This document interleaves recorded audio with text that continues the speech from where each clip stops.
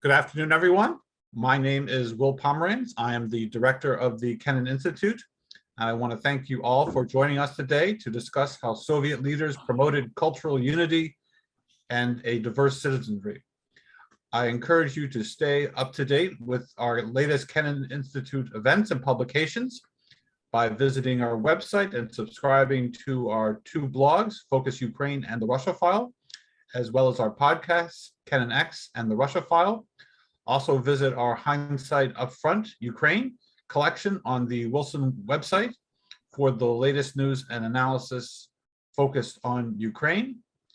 To begin with, I want to thank the Department of State's Title VIII program for their generous support of several of the Kennan Institute's fellowships, which has allowed us to host rising scholars in the field, such as today's guest, Professor Whittington. If you have questions for our speaker, please use the Q&A feature in Zoom rather than raising your hand. We will be monitoring the Q&A throughout the event, and we will move to your questions following the presentation. I want to begin, however, by introducing our speaker. Dr. Anna Whittington is an assistant professor of history at the University of Illinois Urbana-Champaign, where she specializes in the history of citizenship and equality across Soviet Eurasia. She has been a recent Title VIII research scholar here at the Kennan Institute.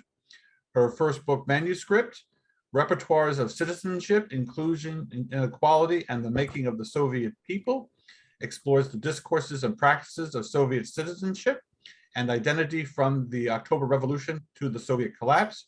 She is also continuing work on her second book, A Mirror of Society, Censuses in the Russian Empire and the Soviet Union.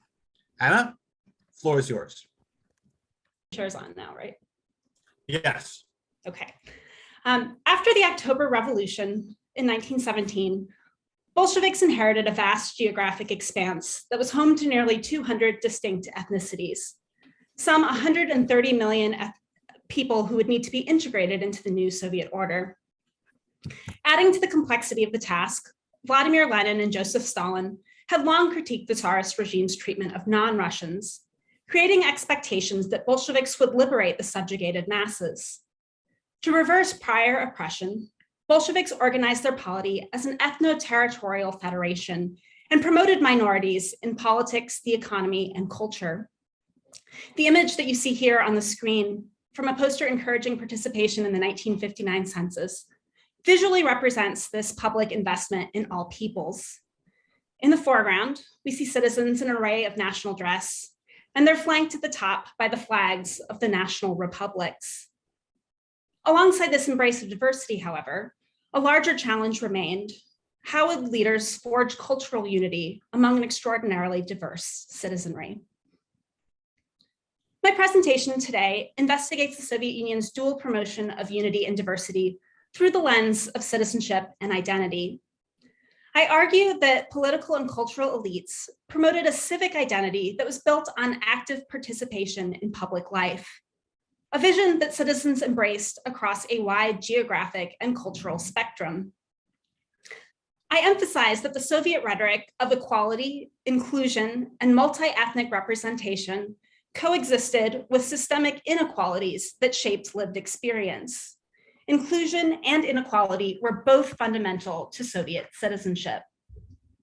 Taking an intersectional approach, I highlight the overlapping and competing social hierarchies that shaped public life and ultimately undermined the Soviet Union. So my talk today is going to trace the history of Soviet citizenship and identity. I'm going to begin by discussing new ways of conceiving civic identity after the revolution and cover its evolution of this identity under Stalin and his successors. In short, the making of the Soviet people. I'll then use the bulk of the presentation to turn in detail to the fracturing of civic identity in the 1980s to talk about its unmaking. Central to evolving concepts of Soviet citizenship is the idea of the Soviet people, or Sovietsky narod in Russian. This is a singular collective noun that historians have typically described as empty propaganda. I instead argue that the Soviet people was a meaningful construction of Soviet citizenship that envisions the diverse population as a unified body politic. Its evolution over 7 decades illuminates elite and popular conceptions of Soviet identity. I have charted its trajectory in 2 leading newspapers over 7 decades, and here I've also superimposed the tenure of the Soviet Union's major leaders. As we can see in this chart, the term originated in the mid-1930s, and it rose in prominence before World War II. Use peaked under Khrushchev and remained high under Brezhnev before declining sharply under Gorbachev. My larger work embeds these usage trends into ideological, political, and academic discourses, as well as public policy and citizens' own experiences. The narrative arc goes something like this. After the revolution, the concept of the Soviet people did not yet exist. Bolsheviks' main task was to attract a wide base of public support.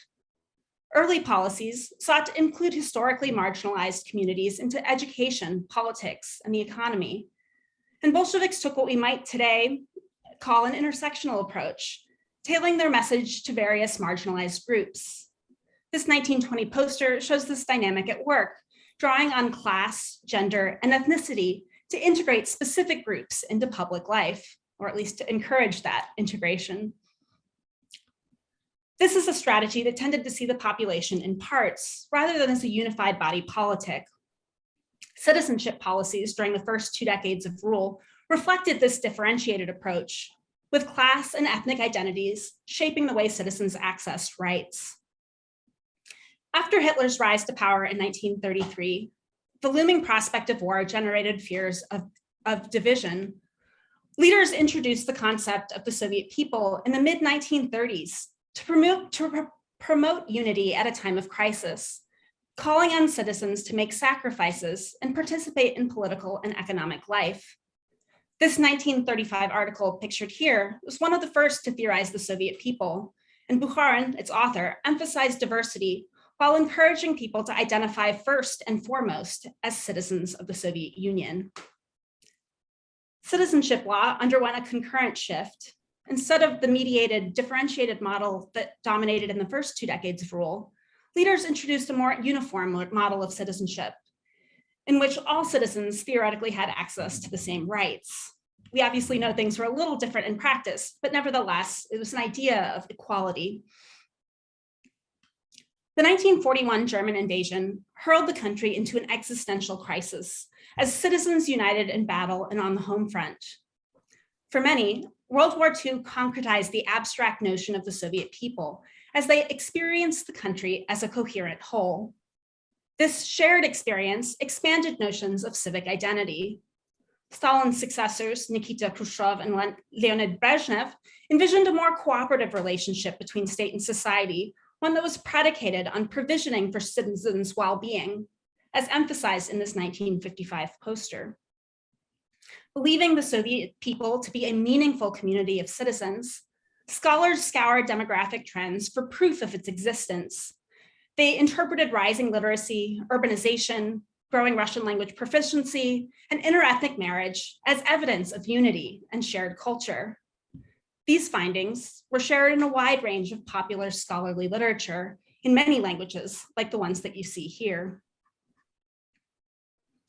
Under Gorbachev, elites largely abandoned the unifying rhetoric of the Soviet people, just as citizens began to openly address the failure to ensure equality.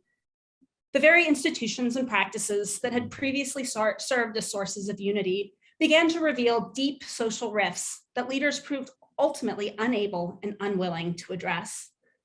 Although the collapse portended the end of the Soviet people as such, we see the ways that the sort of enduring salience of Soviet modes of identification across post-Soviet space. So now that I've introduced the broad trajectory of Soviet citizenship, I want to focus now on its fate during perestroika.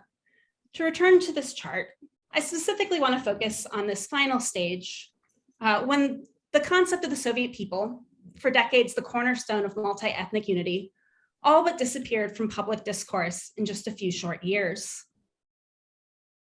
This disappearance coincided with rising political and economic uncertainty and increased social tension. In these times of crisis, citizens often clung to the idea of the Soviet people, even as its reality seemed to crumble around them. Before I delve into the 1980s, I want to emphasize that this was a dramatic departure from prior decades. Elites had long celebrated the Soviet people as a united community, one where ethno-national groups lived side by side and worked together to build communism. My research reveals that citizens largely embraced this message when they wrote to authorities. Letter writing was first cultivated as a practice of citizenship especially when Stalin initiated a countrywide discussion of the 1936 Constitution. Leaders saw letter writing as a hallmark of a uniquely participatory citizenship, believing that it produced, as this Armenian language poster proclaimed a decade later, the most democratic constitution in the world. Stalin-era letters, while not uncritical, typically lauded the regime exuberantly. As one collective farmer wrote, "We are not slaves without rights, but are free citizens who are building our life in our own way, and with our flesh and blood are forging the rights of citizenship in our homeland." Khrushchev and Brezhnev initiated a similar campaign for the 1977 Constitution. While the comparatively liberal post-Stalin era produced more robust criticism, citizens nevertheless emphasized ongoing progress towards equality and their faith in the merging of Soviet peoples. As one Kiev lawyer wrote, "Our society is marching victoriously towards communism. Freedom, equality, brotherhood are written on our flag, and now there is no idea of dividing our people into Russians, Ukrainians, Belarusians, and others. There should only be Soviet people." Others emphasize the unity of Soviet territory. Wrote a veteran in Kazakhstan, "All of us live by the thoughts and deeds of the whole country. For us, the roads to success are in any part of our homeland, and our motherland is one for all of us, the USSR." Letters written before the late 1980s suggest that citizens generally hewed to the rhetorical strictures established by the state and Communist Party. This discursive mode was famously described by one historian as speaking Bolshevik. The excerpts that I just cited are typical of letters that I consulted back when I was writing my dissertation. Under Stalin, Khrushchev, and Brezhnev, letter writers overwhelmingly stuck to these established rhetorical norms. I returned to the archives in 2019 and discovered an enormous trove of newly declassified letters from the 1980s. And what I found was really shocking. Fear, rancor, and disorientation jumped off the page. And it was a real departure from this notion of speaking Bolshevik. At first, it seemed like this was a sort of rejection of the entire Soviet experiment. But as I read more, it realized that it was a bit more complicated than that. Far from abandoning Soviet ideals, many were livid about leaders' inability to protect the Soviet way of life as they thought it should be lived. Here, the changed political context made a huge difference. To promote transparency and reinvigorate public engagement, Gorbachev launched a new policy of glasnost, or openness, which charged citizens to be forthcoming about their concerns. This policy transformed letter writing quantitatively and qualitatively. Mail poured into politicians' offices at an unprecedented rate. Gorbachev himself received tens of thousands of these letters monthly. Yeltsin, who became president of the Russian Federation in 1990, received a similar influx. The prevailing tone was critical as citizens confronted uncertainty and social tension. Working from around 1,000 of these letters, I highlight key themes of representation and language and of territory and sovereignty. These themes exposed fundamental contradictions in the practice of Soviet citizenship, revealing the irreconcilability between the rhetoric of equality and the systemic inequalities of lived experience. Let's begin with representation and language. Here, I think it's important to first mention the administrative structure of the Soviet Union, which was comprised of 14 national republics and the multi-ethnic Russian Federation, which itself contained dozens of both ethnic and non-ethnic units. In the early Soviet period, these ethnic units helped secure minority representation in public institutions. By the 1980s, however, some came to believe that these republics had failed to secure minority rights. Matters came to a head in 1986 when Gorbachev unexpectedly replaced the popular Kazakh leader of Kazakhstan with an ethnic Russian. The power shuffle triggered mass protests in Almaty, the republic capital, as you see pictured here. Gorbachev ultimately resorted to sending troops that left at least 168 people dead and thousands more injured or arrested. Events in Kazakhstan were an early test of glasnost. Before the dust had even settled, letters began flooding Gorbachev's offices. From Kazakhs came a resounding refrain, exemplified in the words of an anonymous 7th grader. Each republic should be led by someone born in the republic, who knows the rights of the people, so that the leaders of the republic align with ethnicity, a Kazakh for Kazakhstan, a Georgian for Georgia, an Estonian for Estonia, etc.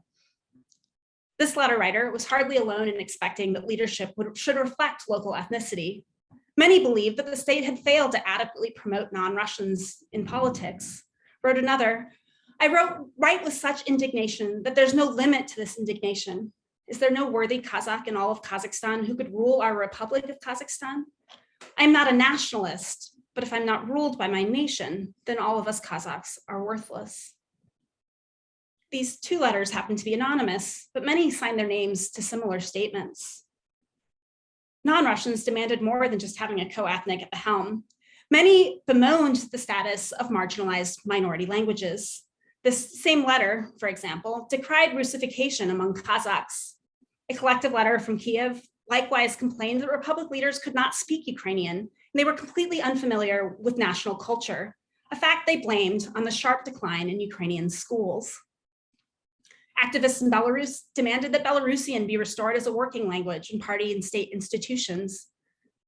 These movements found voice in new language laws in 1989, which granted official status to Republic languages across the country.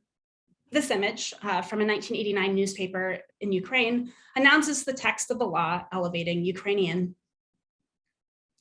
Unsurprisingly, Russians often reacted negatively. Many Russians believed the real problem lay in the overrepresentation of minorities. After the Kazakh uprising, for example, countless letters complained that the outgoing leader had fostered an atmosphere of nationalism that favored Kazakhs and marginalized ethnic Russians. Not unreasonably, many feared new language laws, like the one you see here, would exclude Russian speakers from universities, employment, and public life, relegating them to second-class citizens. After all, most Russian speakers in peripheries did not speak local languages.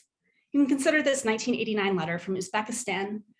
I have lived in Tashkent for 36 years already, and it is not my fault that I have a weak knowledge of Uzbek. Many would like to know Uzbek in other languages, but that is not the way things have gone. This must be taken into account. Unfortunately, the Uzbek segment of the population does not want to consider this. I want to emphasize here this denial of responsibility. It's not my fault. That's not the way things have gone. I think it casts adequate doubt on the claims of wanting to speak Uzbek. This was just one of many letters that demanded that Russian be recognized as an all-union language, a bid to protect Russians and Russian speakers. While most Russians negatively evaluated non-Russian mobilization, they held different opinions concerning Russia. Many letters bemoan the lack of a truly Russian republic, that is, a territorial unit explicitly for ethnic Russians. Many interpreted the explicitly multi-ethnic Russian Federation as evidence of Russian discrimination. A collective letter from Moscow, for example, demanded that Gorbachev create a Russian republic where Russians will be able to preserve their hearth of culture with a capital in Moscow. Are Russian people not worthy of the creation of their own republic with all the institutes that other union republics have? The Russian people has found itself unequal in relation to other national republics. This letter employed a common strategy among those who demanded Russian sovereignty, alleging that Jews had usurped Soviet institutions and thereby marginalized Russians. Such views aligned with extreme Russian nationalism, which was growing prodigiously in the 1980s. Whether or not expressing anti-Semitism, many Russians demanded representation in an ethnic Russian republic where the Russian language would be protected. Letters enable us to reflect on prevailing structural inequalities. Russians were acutely aware that the lack of ethnic Russian institutions was a disadvantage in a system in which such institutions guaranteed certain rights. Still, we should not take at face value the assertion that this denoted unmitigated disadvantage. Indeed, Russians benefited from systemic advantages that derived from various social hierarchies. Ethnic and linguistic hierarchies were the most important. For decades, ideology enshrined Russians as the first among equals, as you can see visually represented in this 1958 poster, with Russians standing at the center. Russian as a language was also heralded as the main medium of interethnic communication, placing Russian at the top of language hierarchies. Consequently, Russians could reasonably expect to live and travel anywhere in the country speaking only Russian. In contrast, non-Russians often found that they needed Russian to succeed even in their own republics. As evidence of linguistic non-reciprocity, consider that while 62% of non-Russians claimed to speak Russian in 1989, only 4.1% of ethnic Russians claimed to speak another Soviet language. So 62% of Russians, non-Russians spoke Russian, while only 4.1% of Russians learned another Soviet language. We should thus explicitly acknowledge the difference between Russians who decried the use of minority languages in peripheries as discriminatory and non-Russians who complained that their native languages were being marginalized at home. Non-Russians demanded that leaders deliver on promises of equality. Most Russians, in contrast, wanted the institutionalization of their privilege and the perpetuation of ethno-linguistic hierarchies. They did so in multiple ways, including by refusing to learn local languages and asserting their superiority. Many complained, for example, that non-Russians were ungrateful for Russian sacrifices in tones that smacked of colonialist rhetoric. This was especially true in Central Asia. A 1987 letter from a veteran's wife in Almaty, for example, stressed the superior intelligence of Russians who were unjustly losing university spots to lesser qualified Kazakhs. As a result, she noted, the Russian people, which carried upon its shoulders all the hardships, is left behind in the pen. Its lot is akin to the position of Blacks in America. And at this stressful time, when the most frightening, war, could happen at any moment, the main burden will fall once again on the Russian people.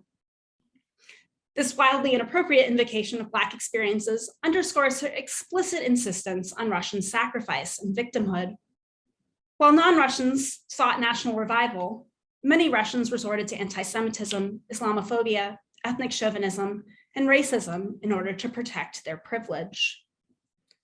When we read non-Russian and Russian letters side by side, we see a convergence in the widespread belief that the state had failed to guarantee national rights. At the same time, we see the ever-narrowing space to accommodate citizens' demands, as heightened tensions in the late 1980s cast ethnicity in zero-sum terms. Many citizens self-evidently believed that privileges and rights that were granted to one ethnic group were rights that were denied to their own. This was even more apparent in letters on territory and sovereignty, where we'll turn now. Advocates of national representation and national rights focused primarily on the power of republics to provide for symbolic and cultural needs. Many, however, believed that leaders needed to go further, adjusting people and borders to ensure a match between republic boundaries and the populations within. These demands suggested increasing skepticism of multi-ethnic communities, which many saw as a source of conflict and violence, rather than a symbol of strength and unity. The most extreme versions involved expulsions. Non-Russians were rarely forthcoming in letters to leaders in Moscow, though a 1989 report did describe widespread anti-Russian content. Some nationalist platforms, however, explicitly endorsed removing minorities. Uzbekistan's Mustaqil movement, for example, declared in no uncertain terms, "Our goal is self-determination, the withdrawal of the Russian-speaking population and of communism from our native land, and the formation of an authentically sovereign democratic state." The Mustaqil officially endorsed nonviolence. Russians and other minorities clearly would need to leave if such nationalism prevailed. Other republics, including Lithuania, Latvia, and Estonia, proposed limits on minority rights, ideas that shaped discriminatory post-Soviet citizenship regimes in the 1990s. This 1989 photo suggests the exclusionary tendencies of late Soviet nationalism. Estonian protesters' demands for the end of Soviet occupation represented a clear affront to ethnic Russians, who comprised more than 30% of Estonia's population at this time. Indeed, by 1989, 1 in 4 ethnic Russians, 36 million people, lived in nationally delimited territories. Many complained of growing antipathy from non-Russians, leading many to seek resettlement in Russia. A typical letter from Samarkand, Uzbekistan noted, "We constantly hear, 'Depart for your Russia.' Our desire is to depart from the Republic to the RSFSR as soon as possible, saving the lives of our children, and we ask for your action on this question immediately. Soon it will be too late." Many cited the risk of civil unrest, though it was typically non-Russian minorities and not ethnic Russians who bore the brunt of nationalist violence. The most anguished letters came from Central Asia and other traditionally Muslim regions, where their words were often inflected with racializing language and Islamophobia. An especially egregious letter came to Gorbachev from Chechnya in 1987. Lined with SOS, save us, and help across the top, the letter begged for help in resettling in Russia. "You, our dear compatriot, deliver us from these Chechen and English beasts. These are savages. These are primitive people. Chechen English oppression is destroying us Russians." Here, I just want to emphasize the racializing invocations of civility. Many Russians feared that relocation prospects were directly threatened by non-Russians living in historically Russian territories. As a collective letter from Russian women in Baku asserted, "All of Russia is settled by Armenians, Azerbaijanis, Turks, and other nations, but Russians have nowhere to go. We don't have money like Armenians. Why does Russia so freely give away its best cities and places to ethnic minorities, forgetting about its Russian people who have done so much for the flourishing of national republics? We are now in extreme poverty."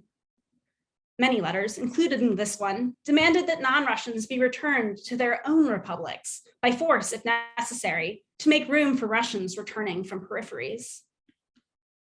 While letters typically advocated moving people to reinstate monoethnic communities, others recommended adjusting internal borders instead. Tajiks in Samarkand and Bukhara, Uzbekistan, as seen here, petitioned for their regions to be transferred to Tajikistan, where Tajik leaders could protect Tajik interests. Others made similar demands for self-determination for Nagorno-Karabakh, an Armenian majority region that was jurisdictionally in Azerbaijan. Together, these letters suggest that citizens widely believed that republics protected their rights. Increasingly, however, they saw only monoethnic communities as able to guarantee peace and security. Amid heightened tensions, citizens advocated a return to simpler times, when people lived in their supposed ancestral homelands in republics of their own. This was a far cry from the ideological messaging that they had been inundated with for decades. People were not drawing together as ideologists and academics claimed. Rather, the country was quickly splintering along its fault lines, as citizens increasingly doubted their ability to live side by side. If we set aside teleological narratives of the Soviet Union's demise, the way it collapsed can tell us a lot about its prior longevity. My work draws out the tensions between inclusion and exclusion, and between equality and inequality. These dualities permeated the social landscape. Bolsheviks sought to reverse the oppressive social structures of the former empire. They preached equality, promoted a radically inclusive politics, and forged new modes of performing citizenship. At the same time, they also perpetuated existing social hierarchies and introduced new ones. Inclusion and inequality were both fundamental to the Soviet experience. In a country where ethnicity functioned as a master category, ethnic hierarchies were especially important. For decades, Russians' role as the first among equals put them at the top of ethnic hierarchies, a position that's akin to whiteness in the United States. Late Soviet letters reveal, however, that there existed differences not only between Russians and non-Russians, but also profound differences in non-Russian experiences. For one, it was much better to belong to an ethnicity with its own republic, which lent legitimacy and legibility to fellow citizens. Regional differences in letter writing, for example, between the Baltic region and Central Asia, also hint at elusive and unspoken racial orders and spatial hierarchies. Unsurprisingly, Gorbachev and Yeltsin received many letters from Russians in peripheries who wanted to protect their privilege as Russians while seeking to leave places they considered economically, even civilizationally inferior. To return to where we started, The USSR encompassed a vast geographic expanse that was home to an enormous multi-ethnic populace. For decades, unity was built on a discourse of equality that celebrated the widespread inclusion of all peoples. At the same time, stability required a complex tangle of social hierarchies that organized and structured social relations. This situation largely benefited Russians, who are featured at the center of this poster, the only group who's not really reduced to ethnic stereotypes. This arrangement persisted both because it conveniently privileged the ethnic majority and because prevailing strictures limited what citizens could say. Under Gorbachev, both of these presumptions weakened. The final census, conducted in 1989, revealed that the country was on the verge of becoming majority-minority, which would have certainly come to pass had the Soviet Union lived to see another census. More importantly, Glasnost opened the floodgates for citizens to reject long-standing rhetorical norms. Inequalities that had previously promoted stability became liabilities as many demanded the very equality that had long justified the country's existence. Most damningly, letters resoundingly indicated that people had become pessimistic about the regime's ability to effect change, as they anxiously feared the end of life as they knew it. Citizens abandoned their faith not so much in the ideals of equality, but in the leadership. And without an accountable state to bind citizens together, the Soviet people as a meaningful community could not survive. Thank you. Thank you very much, Anna. A reminder, if you want to ask a question during the course of this conversation, please use the Q&A feature in Zoom rather than raising your hand. So with the passing of Mikhail Gorbachev, everyone has been thinking about his legacy and what he did and what he thought he was, what sort of country he governed. From your perspective, did Gorbachev really understand the ethnic makeup of the Soviet Union? Or did he really believe in the Soviet man? And maybe he was the only one in the end who did. Yeah, I mean, I think that's, thank you, Will, for this question. I think that's my inclination would be that he really did believe that this was a project that would work, that could work, and that was worth reforming. I think that's the real core of Gorbachev's attempts to reframe politics in these what became the final years of the Soviet Union. I think I don't know, the way that I think there was the anticipation that when you let people talk about what they wanted, that it wouldn't produce maybe such robust criticism that was so much more fundamental to the way that the state existed. And I think really, honestly, if you look at the ways in which people summarize the reports of incoming letters, it really seems like there's a lot of surprise at the sort of level of criticism that comes through these letters. I think that on some level, there was not really a deep preparation for these. And I think, that may in fact very much reflect his own experience. Obviously he's from Stavropol, but as an ethnic Russian, I think that it's harder to appreciate the particularities that were minority experiences, particularly like non-Slavic minority experiences that really affected the way that citizenship was experienced. I just want to follow up on that question, in that Putin obviously is a person who is not doesn't have fond memories of ethnic republics. Indeed, he believes, and he has said, that Lenin and the Bolsheviks planted a time bomb under the Soviet Union, because they actually built their republics on nationalities and not more diverse type of titles as well. So in light of what is going on today, is this really, is this a subject that really kind of divides everybody in the Soviet Union? And is Putin correct that instead of building the Soviet Union on the nationality principles, they should have built it on other types of regional enclaves? And I think a lot depends, of course, on what your goals are. I think the reasons why they organized the state that they were was about reversing reversing previous inequalities and promoting like widespread inclusion in the state. I mean, I don't know. I think to me, when I look at the state, from the perspective of a person with my own set of what values I think the real problem comes in, having an entire discourse that's built on this notion that people are equal, that they have institutions to represent them, and yet not really addressing some of the core inequalities that really shape social life. I mean, the fact, for example, that there was really no expectation that ethnic Russians living in former Soviet republics, in the non-Russian republics, would learn national languages. And that really drives a lot of social tensions. When people are worried that not speaking, say, Estonian will make them into a second-class citizen, you can imagine the experience might feel really different, and that Russians might have been more sympathetic to non-Russian experiences if they had, say, more experience in what it's like to operate in a different language than what is your native language. It also forced non-Russians to make different choices about language use and identity, how they identify in identification categories. And I mean, I think that, obviously Putin's notion of it is tied up in a different project of state building. And I don't know that, yeah. And I think on some level you could suggest that it's a time bomb, as he does, but I think that the time bomb is more about the fact that, there's a drive to sort of give the rhetoric of equality without the sort of willingness to put that into practice in any real and meaningful way. Thanks. Thanks, Anna. We're going to go to questions now. The first question comes from Lisa Kirschenbaum, and she congratulates you for a great talk.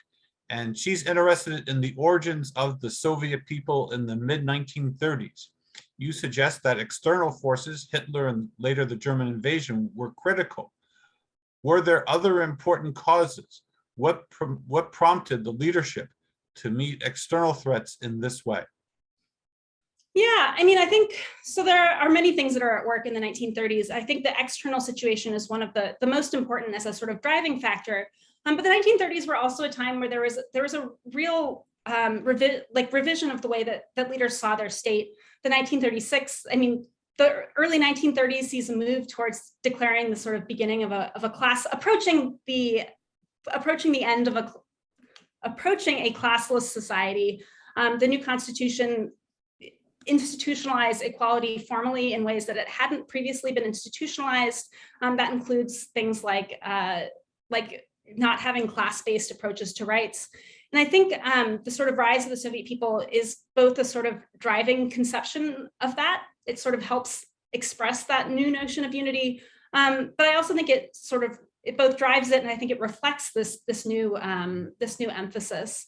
When you look at, like, for example, the Bukharin article that I showed, it's you can really appreciate that it's like both about who is within the Soviet Union, that it's about unity across previously existing classes, multinational unity, that it's a united community, and the sort of echoes of Hitler loom really large in the article itself.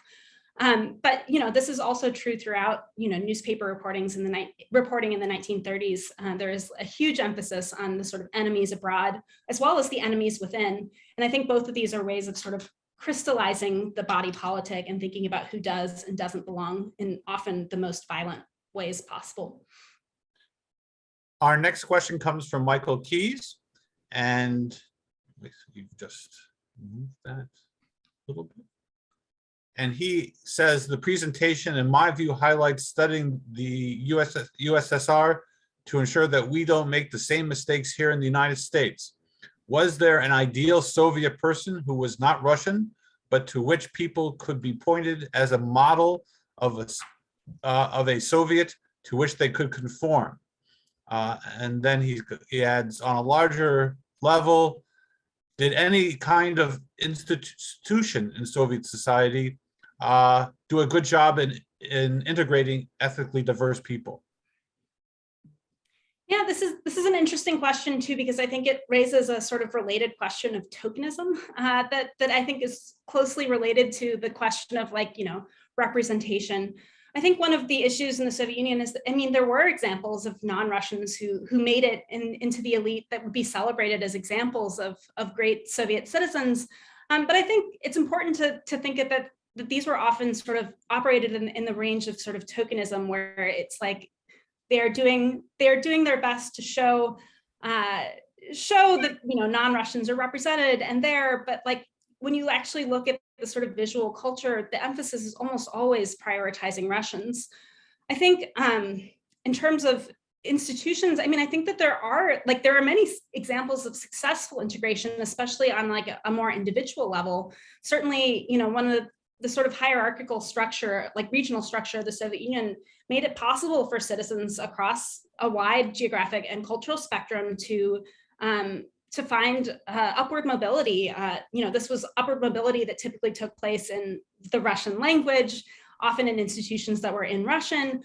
So there were sort of limitations on what upward mobility entailed, but I do think that there were many opportunities for non-Russians to actively participate in public life in ways that were, I think, in many ways exemplary of a state that was trying to promote equality.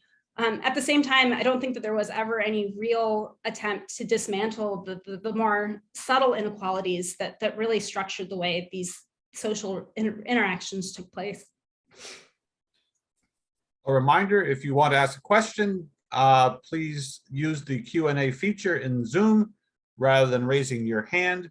The next question comes from David Rabinovitz, and he asks, the failure of multicultural unity in the post-Soviet region mirrors the situation in Afghanistan and other countries.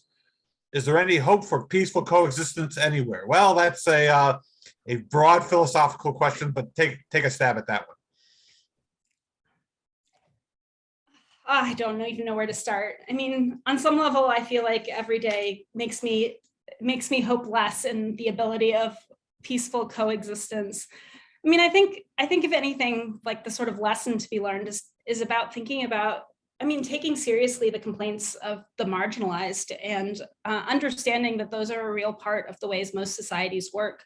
I think about this a lot in the context of the US. I won't go into more specific detail than just saying that I think a lot of the ways that ethnic Russians talk about their position within the Soviet Union, the sort of presumptions of their superiority that many Russians felt, not all Russians, of course, but that many Russians felt, especially in peripheries, was really exemplary of the deep social inequalities that I think really undermine the Soviet Union. And I think, you know, to the extent that there's hope, it's that we are both, I guess, on one hand, taking those sort of minority experiences, minority broadly defined minority experiences seriously, but also that we also remember that doing so often has this really powerful backlash among those who don't stand to benefit from like more greater equality. Yeah, so I guess that's all I'll say there. Our next question comes from George Kroll, and he asks, please comment on how this issue of nationality manifested itself in the Soviet Central and Republican bureaucracies, military, and the communist parties. Were there quotas or efforts at what Americans would call equal opportunity and diversity? Yeah, so this is a question that really gets at the heart of what Soviet nationalities policy was. Especially in that post-revolutionary period in the 1920s, a lot of sort of national minority promotion was done through very literal quota systems that would ensure that certain numbers of people were represented at all levels. This turned its own version of backlash, a sort of lighter version of what would happen in the 80s among ethnic Russians that caused leaders to sort of scale back and adopt a little bit more flexible policies in promoting minorities. But there certainly was like an ongoing effort to provide, you know, say spots in universities, in the Communist Party, in the military for ethnic minorities, and that was that's exactly the sort of thing you see complained about in that one letter that talks about Russians losing their spots at universities to Kazakhs that they thought were lesser qualified. That there was this Soviet version of affirmative action that really shaped and created opportunities for the historically marginalized. They weren't always, it wasn't always coherent, consistent, practiced the same way, but it was definitely a part of an ongoing part of interethnic realities.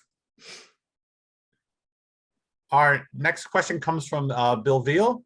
What about Russians who stayed in ethnic republics after 1991 and even up to now? Yeah, I mean, this is one of the million-dollar question these days, I think. I think when we think about, well, first of all, I'll say that there are a lot of ethnic Russians who do leave. But I think in many cases, you see ethnic Russians grappling across the former Soviet Union, grappling with many of these same questions. At what point does it become clear, if you're an ethnic Russian in Kazakhstan, to learn that you need to learn Kazakh, or maybe make sure that your kids learn Kazakh if you're not able to do so yourself? I think a lot of the claims about protecting Russians, obviously, I think the biggest way that we see the question of Russians in ethnic republics after 1991 is mostly through the lens of how Putin himself sees ethnic Russians who are in non-Russian republics. And that doesn't always reflect the realities of Russians who do live in non-Russian countries. So I think it's important to distinguish between those. But there is certainly an aspect, there are certainly many who want protections as Russian speakers. There are certainly plenty of Russians living. I mean, more ethnic Russians in non-Russian republics speak non-Russian languages than say in the 1980s. But even so, it's still a lot of these sort of social hierarchies and expectations have not entirely been upended. Our next question comes from Danila Leshishin. Could you comment on the development and promotion of this all-Union Soviet identity with institutional repression and persecution of perceived unloyal ethnic groups such as Chechens and Crimean Tatars? Yeah, this is a question that gets at the heart. I mean, the book manuscript that I'm working on has a slightly different title than my presentation. It's Inclusion, Inequality, and the Making of the Soviet People. And I think, I try to emphasize both the sort of inclusive and the unequal aspects of Soviet citizenship.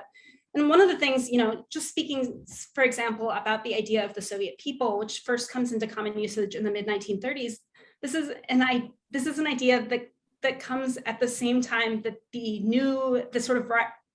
repurposed concept of enemy of the people also comes into being. And I think, as I write in the in progress book manuscript, these are two sides of the same coin, that the sort of inequalities broadly defined to include really deeply discriminatory and repressive measures against those considered to be outside the body politic. And also even the sort of more microaggressions that we see in the 1980s about sort of what language gets spoken or how people talk about each other, that these are all part of the ways that Soviet identity, Soviet citizenship is structured. Without going too deeply into individual groups, I think it's important to remember that the sort of bounds of inclusion are always wrapped up with policing that boundary of citizenship. And a lot of repression is oriented around excising those who don't meet the requirements of full citizenship. And this is always part of the same process as defining citizenship. And that sort of repression is built into the way that Soviet citizenship is conceived. Again, if you have questions, please ask them in the Q&A function. The next question is from Gardner Bovington, and Gardner asks, how do you regard previous works that depict the Soviet Union as an affirmative action empire or as an empire of nations? Yeah, I mean, I can't say enough good things about both of these works. I think in many ways that my book my book project is really what comes next, right? These are both books that focus very, very heavily on the period under Stalin. They both basically, in Terry Martin's case, go to 1939, and in Francine Hirsch's case, it pushes a little later. I think both of these are really important works for understanding, especially these early Soviet policies to promote inclusive measures. I think one of the things that's missing, especially in both books, is that sort of emphasis on what is actually being built, sort of the supra ethnic. And I think, to the extent that it's discussed, for example, in the final chapters of Terry Martin's book, it's about the sort of re-emphasis on Russians and the sort of friendship of the peoples.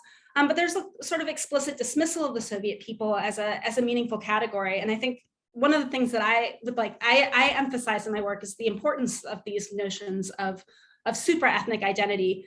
I think there's a tendency to think, I mean, especially like a lot of literature on nationalities policies seems to be sort of putting the civic and the national identities sort of off each other. And in fact, they were actually seen, at least in theory, as identities that reinforce one another. And so that is where I put a lot of the emphasis. And of course, that reinforcing was fraught in actual practice that, you know, even if in theory you could be Soviet and other things, that these were questions that were always subject to, I don't know, scrutiny. We're still getting questions. Some people have multiple questions. I'll go to Michael Keys. Are you seeing Russian authorities being concerned with ethnic fault lines within the Russian Federation now? If so, what are they worried about? An independent Tatarstan, parts of Siberia and Russia, Far East breaking away? Well, I will maybe confess here that this is not my primary source of knowledge, and I don't feel like I can say anything other than the most general about this. I mean, I think these are always concerns for leaders. I think that, you know, I will say, to default to my historic knowledge, that I do think that I don't think that we should see the Russian Federation as like a mini version of the Soviet Union. I think that there were trappings of statehood that were embedded in Union republics that aren't quite as strong in the Russian Federation. But I think the same questions are certainly ones that animate Russian authorities. I mean, we can think of Chechnya in particular and its symbolic importance. And I guess I will just leave it there to say, default to my historian. I'm going to play my historian card. Next question comes from Seth Singleton. The effective but difficult way to create a single people from a multi-ethnic society begins with educating all children in a common language. Why did the Soviet leadership never try to do that? Yeah, I mean, this is a complex question. I guess first it's helpful to lay out the actual particularities of the history of language education. In the first period after the revolution, there were no sort of formal rules on language in education. The emphasis was on native language education. But between 1938 and the late 1950s, the school reform in 58, 59, there was actually a requirement that all school children learn Russian either as a first or second language. There was, for that period, a brief emphasis. There was a lot of emphasis on Russian in the school programs, but I think the answer about why there was not more emphasis on it, and certainly not a like Russian monoglot standard for language education, reflects the ways in which leaders were. I mean, the whole Soviet project was based on a notion of sort of rectifying inequalities, which included linguistic rectifying inequalities, which included linguistic ones. And I think there was always a discomfort, especially about what it means to sort of force languages on people, especially languages that have historically, been associated with imperialism. I will say there are occasional. I mean, I have a great letter from the 1960s, I think 1960s, that proposes that everybody be forced to learn Esperanto. But if you think about the sort of materiality of what that looks like, it's a much harder task than just, saying it out loud.